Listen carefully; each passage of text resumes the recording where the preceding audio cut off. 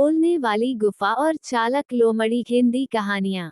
एक समय की बात है। एक जंगल में खतरनाक शेर रहता था। एक बार जंगल में शेर ने शिकार करने का बहुत प्रयास किया, किंतु उसे सफलता नहीं मिली। शिकार की तलाश में शेर को शाम हो गई। ठंडी का मौसम था। शेर ने सोचा कहीं किसी पास की गुफा में आराम किया जाए। तभी शेर को सामने एक गुफा दिखाई दी। शेर गुफा के अंदर चला गया।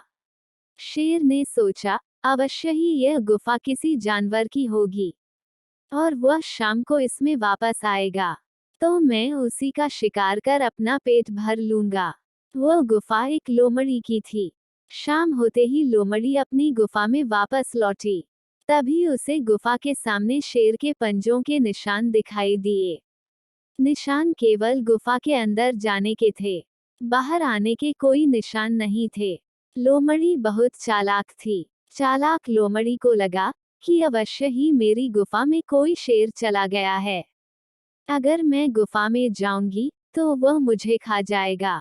तभी चालाक लोमड़ी के दिमाग में एक युक्ति सूझी। वह गुफा से दूर खड़ी होकर जोर जोर से बोलने लगी, ओ मेरी प्यारी गुफा, तू मुझसे रोज बात करती है, किंतु आज तू मुझसे बात क्यों नहीं कर रही है।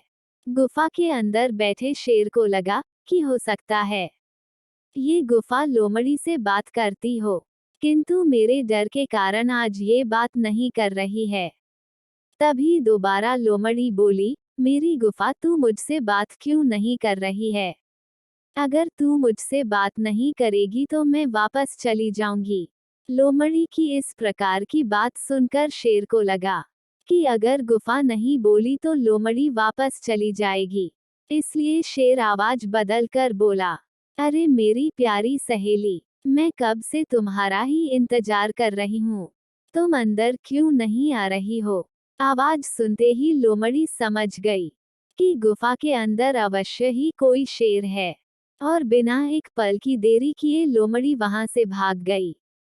इस प्रकार चालाक लोमड़ी ने होशियारी से अपनी जान बचा ली और शेर को भूखा ही रहना पड़ा। शिक्षा। चालाक लोमड़ी और शेर की कहानी से हमें शिक्षा मिलती है कि अपनी होशियारी से आने वाली बड़ी से बड़ी मुसीबत को भी टाला जा सकता है।